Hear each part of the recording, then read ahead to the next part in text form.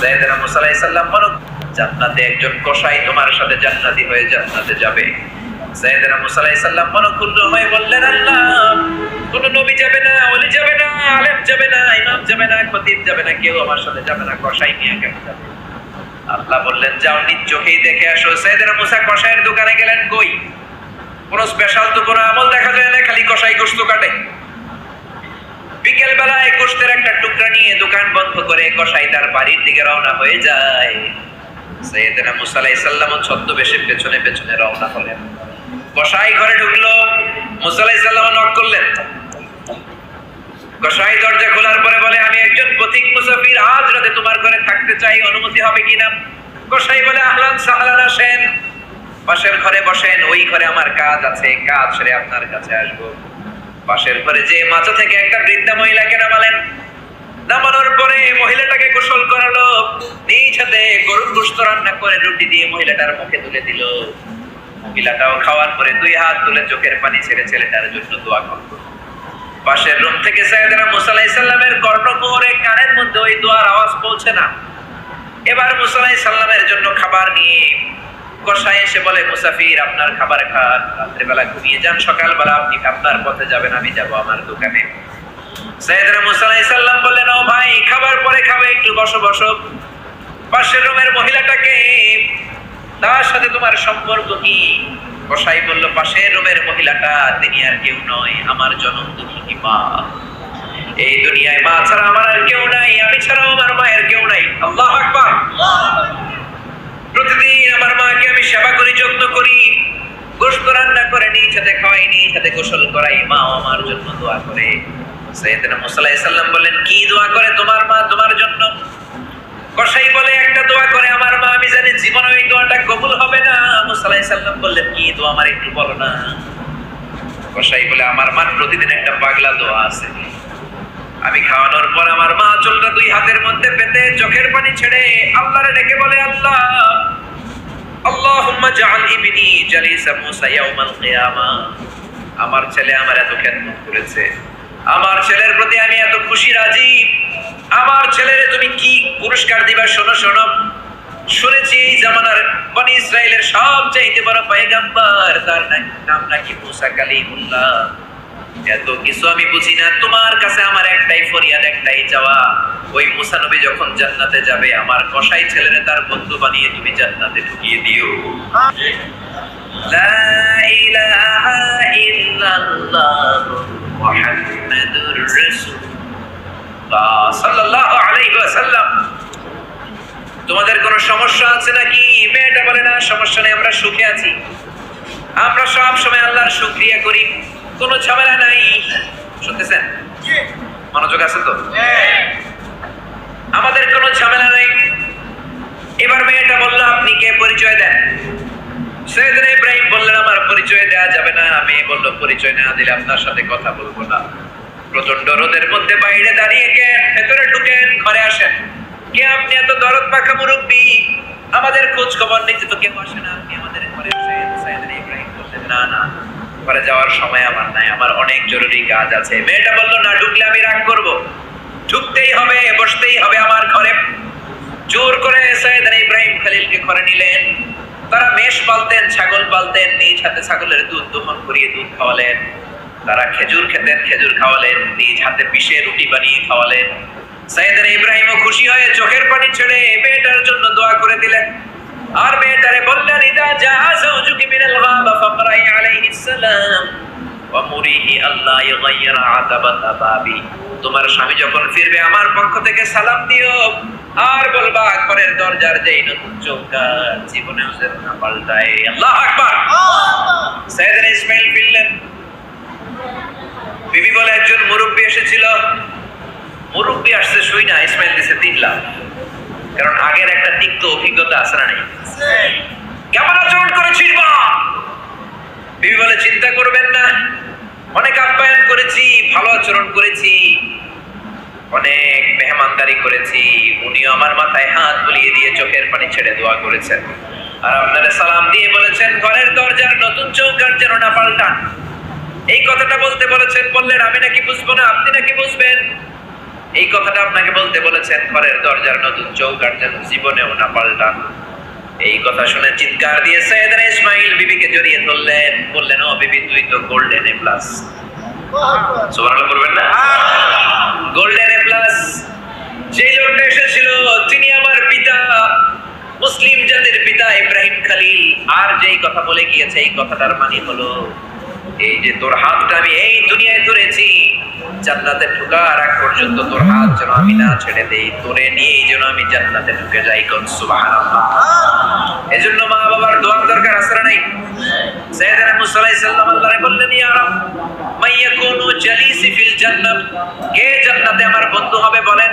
রব্বুল আলামিন বললেন, জালিসুকা ফিল জান্নাতি জাসাল। ও মুসা, জান্নাতে একজন কসাই তোমার সাথে জান্নাতি হয়ে জান্নাতে যাবে। সাইয়েদনা মুসা আলাইহিস সালাম মনঃক্ষুণ্ণ হয়ে বললেন, আল্লাহ, কোন নবী যাবে না, ওলি যাবে না, আলেম যাবে না, ইমাম যাবে না, খতিব যাবে না, কেউ আমার সাথে যাবে না, কসাই নিয়ে কেন যাবে? আল্লাহ বললেন, যাও নিজ চোখেই দেখে আসো। সাইয়েদনা মুসা কসাইয়ের দোকানে গেলেন, কই কোন স্পেশাল তো কোনো আমল দেখা যায় না, খালি কসাই গোশত কাটে। বিকেল বেলায় গোশতের একটা টুকরা নিয়ে দোকান বন্ধ করে কসাই তার বাড়ির দিকে রওনা হয়ে যায়। সাইয়েদনা মুসা আলাইহিস সালাম ছদ্মবেশে পেছনে পেছনে রওনা হলেন। কসাই ঘরে ঢুকলো, মুসা আলাইহিস সালাম নক করলেন। কসাই দরজা খোলার পরে বলে, আমি একজন পথিক মুসাফির, আজ রাতে তোমার ঘরে থাকতে চাই, অনুমতি হবে কিনা? কসাই বলে, আহলান সাহলান, আসেন, পাশের ঘরে বসেন, ওই ঘরে আমার কাজ আছে, কাজ সেরে আপনার কাছে আসবো। পাশের ঘরে যে মাচা থেকে একটা বৃদ্ধা মহিলাকে নামালেন। নামানোর পরে মহিলাটাকে গোসল করালো, নিজ হাতে গরুর গোশত রান্না করে রুটি দিয়ে মহিলাটার মুখে তুলে দিল। মহিলাটাও খাওয়ার পরে দুই হাত তুলে চোখের পানি ছেড়ে ছেলেটার জন্য দোয়া করল। পাশের রুম থেকে সাইয়েদনা মুসা আলাইহিস সালামের কর্ণকুহরে কানের মধ্যে ওই দোয়ার আওয়াজ পৌঁছে না। এবার মুসা আলাইহিস সালামের জন্য খাবার নিয়ে কসাই এসে বলে, মুসাফির, আপনার খাবার খান, রাত্রিবেলা ঘুমিয়ে যান, সকালবেলা আপনি আপনার পথে যাবেন, আমি যাবো আমার দোকানে। সাইয়েদনা মুসা আলাইহিস সালাম বললেন, ও ভাই, খাবার পরে খাবে, একটু বসো বসো। পাশের রুমের মহিলাটাকে, তার সাথে তোমার সম্পর্ক কি? কসাই বলল, পাশের রুমের মহিলাটা তিনি আর কেউ নয়, আমার জনমদাত্রী মা। এই দুনিয়ায় মা ছাড়া আমার আর কেউ নাই, আমি ছাড়াও আমার মায়ের কেউ নাই। আল্লাহু আকবার। প্রতিদিন আমার মাকে আমি সেবা করি, যত্ন করি, গোশত রান্না করে নিজ হাতে খাওয়াই, নিজ হাতে গোসল করাই, মাও আমার জন্য দোয়া করে। সাইয়েদনা মুসা আলাইহিস সালাম বললেন, কি দোয়া করে তোমার মা তোমার জন্য? কসাই বলে, একটা দোয়া করে আমার মা, আমি জানি জীবনে ওই দোয়াটা কবুল হবে না। মুসা আলাইহিস সালাম বললেন, কি দোয়া আমার একটু বলো না। কসাই বলে, আমার মার প্রতিদিন একটা পাগলা দোয়া আছে, আমি খাওয়ানোর পর আমার মা চুলটা দুই হাতের মধ্যে পেতে চোখের পানি ছেড়ে আল্লাহরে ডেকে বলে, আল্লাহ, আল্লাহুম্মা জাআল ইবনি জালিসা মুসা ইয়াউমাল কিয়ামাহ। আমার ছেলে আমার এত খেদমত করেছে, আমার ছেলের প্রতি আমি এত খুশি রাজি, আমার ছেলেরে তুমি কি পুরস্কার দিবা? শোনো শোনো, শুনেছি এই জামানার বনি ইসরাইলের সবচাইতে বড় পয়গম্বর, তার নাম নাকি মুসা কালিমুল্লাহ।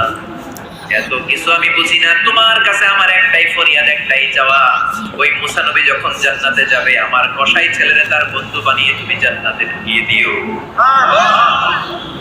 মুসা আলাইহিস সালাম বললেন, ঘটনা তো এই জায়গায়, এটা তো মায়ের দোয়ার কারণে, চিৎকার করে বলেন ঠিক না? এজন্য খবরদার, মায়ের মনে যাতে কোনোদিন কষ্ট না হয়ে যায়, মায়ের মনে কখনো যেন ব্যথা না লেগে যায়, মায়ের অন্তরে যেন কখনো দুঃখ না লেগে যায়। বিশ্বনবীর ঘটনা আরো বড় ডেঞ্জারাস। বিশ্বনবী বাবারে পান নাই, মায়ের পেটে থাকতে বাবারে হারালেন, 6 বছর বয়সে মাকে হারালেন। কি নাম বিশ্বনবীর মায়ের? জানেন আপনারা? বলেন কি নাম? তোরা দেখে যা আমিনা মায়ের কোলে, তোরা দেখে যা আমিনা মায়ের কোলে, মধু পূর্ণিমারি সেথা চাঁদ দোলে, যেন উষার কোলে রাঙা রবি দোলে। তোরা দেখে যা আমিনা মায়ের কোলে, কুল মাখলুকে আজি ধ্বনি উঠে গেলই, কালেমা শাহাদাতের বাণী ঠোঁটে গেলই, পরে দুরুদ ফেরেশতা বেহেশতের দুয়ারে খোলে। তোরা দেখে যা আমিনা মায়ের কোলে। পড়েন আল্লাহু আকবার। হুদায়বিয়ার সন্ধির সময় বিশ্বনবী 1400 জন সাহাবাকে নিয়ে উমরা করার উদ্দেশ্যে রওনা হলেন। পথিমধ্যে মক্কায় একটা জায়গা ছিল, জায়গাটার নাম হলো আবওয়া। কি নাম? আবওয়াতে বিশ্বনবীর মায়ের কবর। শুনতেছেন? মনোযোগ আছে তো? আরো কয়েক মিনিট বললে শুনবেন তো? আবওয়া নামক জায়গায় বিশ্বনবীর মায়ের কবর। বিশ্বনবী আল্লাহর কাছে অনুমতি চাইলেন জিয়ারতের। আল্লাহ বললেন জিয়ারত করো। বিশ্বনবী 1400 সাহাবীকে নিয়ে মায়ের কবরের সামনে দাঁড়িয়ে সাহাবীদের বললেন, ও সাহাবারা, হাদিহি মাকবারাতুহুম ফিল আবওয়া, এই আবওয়া জায়গায় আমার মায়ের কবর, আমি জিয়ারত করব, আসো আসো তোমরাও দাঁড়াও, কিন্তু কেউ কিন্তু কান্নাকাটি করবে না। 1400 সাহাবাকে কান্নাকাটি করতে নিষেধ করে বিশ্বনবীর মায়ের কবরের সামনে দাঁড়িয়ে নিজেই বাচ্চার মতো হাউমাউ করে কান্না শুরু করে দিলেন। বিশ্বনবীর কান্না দেখে 1400 সাহাবা হাউমাউ করে কান্না শুরু করে দিল। বিশ্বনবী ধমক দিয়ে বললেন, সাহাবারা রে, আমি না নিষেধ করলাম কান্নাকাটি করা যাবে না, তোমরা কাঁদো কেন? সাহাবারা বলল, ইয়া রাসূলুল্লাহ, ইয়া হাবিবাল্লাহ, আপনাকে আমরা আমাদের জীবনের চাইতে, কলিজার চাইতে বেশি ভালোবাসি। আপনার চোখ দিয়ে যখন অশ্রু ঝরতে থাকে, আমরা আমাদের চোখ দুটো আর শূন্য রাখতে পারি না। আপনার কান্না দেখে আমরাও আবেগাপ্লুত হয়ে আমরাও কান্না শুরু করে দিয়েছি। বিশ্বনবী বললেন, আদরাকাতনি রাহমাতুহা ফাবাকাইতু, আমার মা যে আমার ছোটবেলা আদর করেছেন, আমার মা আমারে জাইতুনের তেল মালিশ করে দিতেন, আমার মা না আমার গলায় চুমু খেতেন, গালে চুমু খেতেন, কোলে নিতেন, আদর করতেন, জামা পরাতেন, ওই স্মৃতিগুলো আমার মনে পড়েছে রে সাহাবা, তাই আমি কাঁদি, তোমরা কাঁদো কেন? আল্লাহু আকবার বলেন। বুখারীর বর্ণনা, বিশ্বনবী জিয়াররাহ নামক জায়গায় কুরবানির গোশত বিতরণ করছেন, হাজার হাজার মানুষ।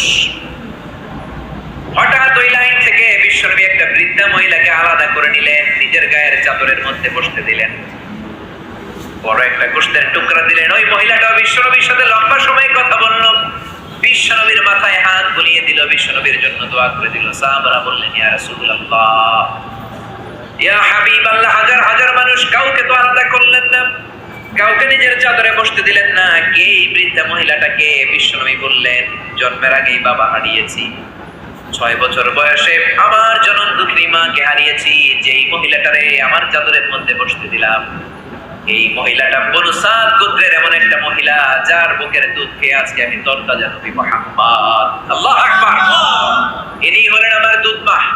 এই জন্য যত নবী পাবেন, যত ওলি পাবেন, যত সফল ব্যক্তি পাবেন, সবাই মায়ের দোয়া পেয়ে সফল হয়েছে। ঠিক কিনা? সংসারে ঝগড়া হয় না এমন সংসারে নাই। বিবির সাথে মায়ের যদি ঝগড়া হয়, বিবিরেও নিয়ে বসেন, মায়েরও নিয়ে বসেন, দুজনকেই বোঝান, দুজনকেই কনভিন্স করেন, দুজনকেই মিলিয়ে দেওয়ার চেষ্টা করেন।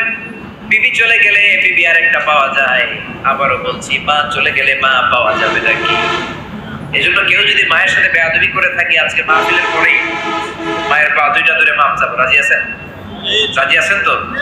মা যদি কাছে না থাকে, ফোন করে ক্ষমা চাইবেন। কবরে চলে গেলে কবরের সামনে দাঁড়িয়ে কেঁদে কেঁদে দোয়া করবেন। রাজি আছেন তো? বিশ্বনবী বললেন, ইতাআতুস সাওজা ওয়া উকুকুল উম, কিয়ামতের একটা আলামত হলো বিয়ের পরে মারে ভুলে যাবে, ছেলেরা বউয়ের পিছনে দৌড়াবে। এই আলামতটাও সমাজে আছে না নাই? চিন্তা করেছেন কত বড় ফিলোসোফার ছিল আমার নবী, কত বড় দার্শনিক, যা বলেছে অক্ষরে অক্ষরে মিলে যায়। এরপরে বিশ্বনবী বললেন, যুখরুফাতুল মাসাজিদি ওয়াত তাবাহি বিহা, কিয়ামতের আগে মসজিদগুলো বেশি ডিজাইন করা হবে, ডিজাইন বেশি, বিউটিফিকেশন বেশি, টাইলস দামি উজবেকিস্তান থেকে কার্পেট, এয়ার কন্ডিশন, কিন্তু মুসল্লি নাই। ঠিক কিনা? নামাজি আমার ঘরে নামাজ পড়ো, দিলে মে তোমার চরণ তলে হৃদয় যায় নামাজ। এ নামাজি আমার ঘরে নামাজ পড়ো,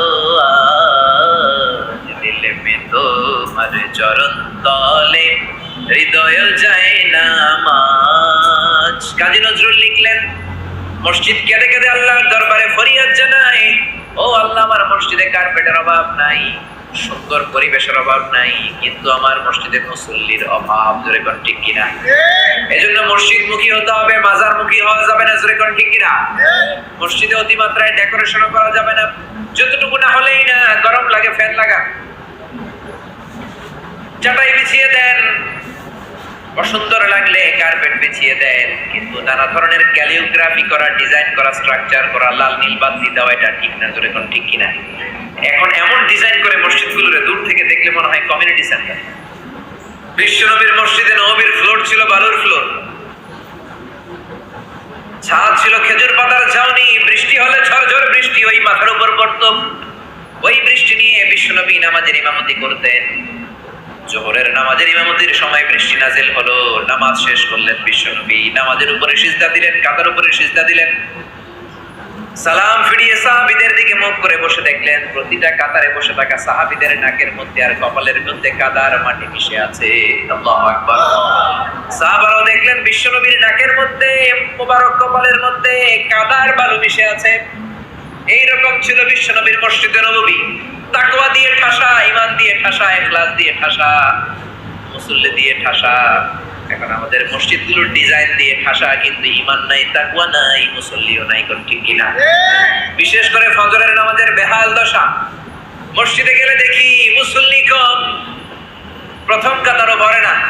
মুয়াজ্জিন সাহেব, ইমাম সাহেব, অল্প কয়েকজন মুরব্বী বাজানেরা শুধু নামাজে আসে। ইয়াংস্টার যুবক ছেলেগুলোরে খুঁজে পাওয়া যায় না। জোরে বলেন ঠিক কিনা? ও যুবক ভাইয়েরা, এই ওয়াজ তোমাদের জন্য। ফজরের নামাজে মসজিদে বেশি বেশি যেতে হবে। ফজরের নামাজে যদি তুমি হাজির হতে না পারো, তোমার নামটা মুনাফিকদের কাতারে তুলে নিবে কে? ফজরের নামাজে জামাতে যেতে রাজি আছেন তো? যুবক ভাইরা রাজি আছেন তো? 5 ওয়াক্ত সালাত জামাতের সাথে আদায় করতে রাজি আছেন?